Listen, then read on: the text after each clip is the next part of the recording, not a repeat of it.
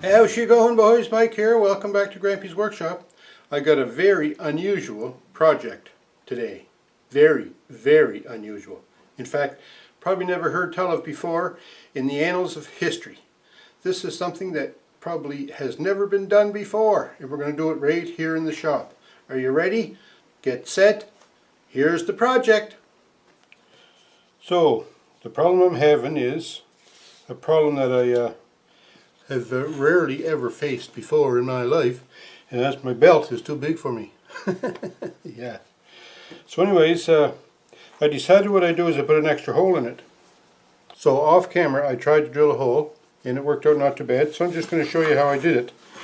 So anyways, here we go. What I've done is I've taken a block of wood and I've drilled a couple of holes, and the holes are, I don't know, 3/16 maybe in diameter, an inch apart, because that's what the spacing is, and the holes already on the belt. And then I have a backer plate for it here because I want to drill a nice clean hole. Okay, so my two holes here are an inch apart on this little guide block, and then I drew a center line down from the center of those holes. And what I'm planning on doing is I also have a nail, just an ordinary common nail, put that down through one of the holes, put it through. Let me see, I'm going to run the belt out this way. I'm going to put it through this hole right here because I'm going to re-drill this first hole I drilled. So I put it in that one just to index the belt, and then I'll set it, I have two holes here, I'll set it down in that block. So this ends up now being a good solid wedge on both sides of the belt to hold her steady. And then I put my clamps on here. Something like this. You can see what I'm doing here. Put a couple of clamps on there. Clamp her down good and tight, and make sure that my belt, the center of the belt, is on the center line that I marked in my blocks. It's not quite there, so I'm going to loosen one of these. Guess I have to loosen them both.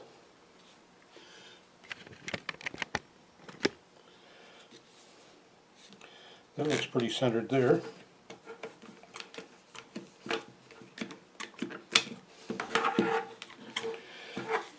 Now this is not a good quality belt by any strength of imagination. In fact, I don't even think that's real leather. But anyway, I have my center line now from the holes centered on the belt and 1 inch back. So I'm going to take my drill bit, set her in here, and drill that hole out.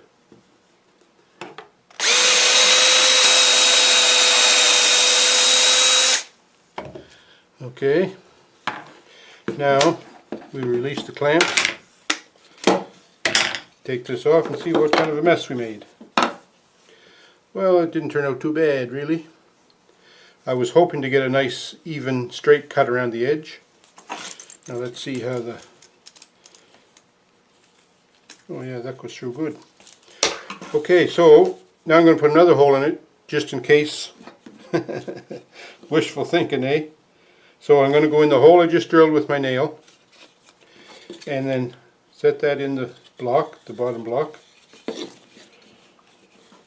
Center the center line in the center of the belt, and just eyeballing that, sort of like that.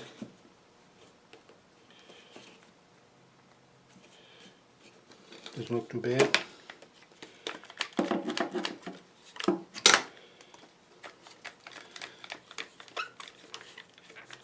Clamps on it again, and everything looks good. Center line, centered on the belt. Try another hole.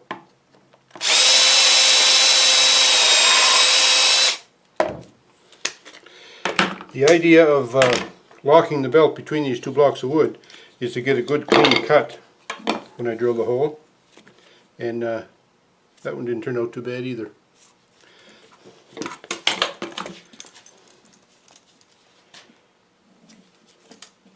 I think that'll be alright once we get that pin in it a little bit. Okay, so now with the holes, the newly punched holes or drilled holes in my belt, that's where I used to hook it. So I'm going for maybe this one or this one. And like you say, it's strange that I have to make a belt smaller. I think that's the first time that ever happened to me. So I'm going to go for the next one in. Well, actually,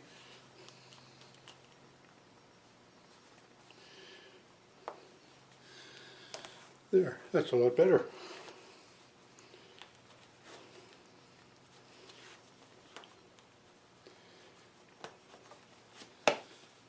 How does that look? A lot tighter? I think that should hold up the old dungarees. What do you think? So here's a little follow-up to my making my belt smaller trick that I did the other day. When I drilled these holes, the holes worked good, but they were kind of getting raggedy on the ends. So what I've done is, I have a soldering iron, just a little electric soldering iron, and I just took this soldering iron and quickly just touched it in the hole, just like that, and like that, and did both sides, just like this. And what that seemed to do, and I don't know if this is going to be better or not, but it seemed to like cauterize the edges of the holes that I drilled. Now, whether this is real leather or not, I'm not sure. But if it's real leather, then it sort of cauterized and put a little bit of a burn hard edge on the holes. And if it's not real leather, and if it's synthetic or something, then it cauterized that synthetic and melted it together to make maybe a stronger hole there on the belt. So just thought I'd add that. Just take your soldering iron if you have it and just touch those holes. You don't put it in for any length of time, just like I was doing there. Just touch it. Because if the soldering iron's good and hot, it'll sear that off nice. So, making a belt smaller. Who would have thought this would be a popular video? Making a belt smaller. Yeah, right. Okay, but that's what I did. I made it smaller. It fits a lot better. The trick there was sandwiching the belt between those blocks of wood so I can get a nice clean hole cut when I drilled through it. If you just try to like hold it and drill a hole in it, it would just make it ragged. If you had a punch, that would be even better, but I don't have punches. So this is what I did. Fixed my belt. Made it smaller, believe it or not.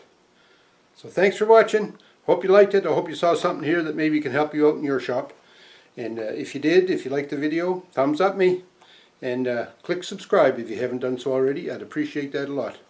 And we'll see you in the next one, folks. Thanks for watching. We'll talk to you.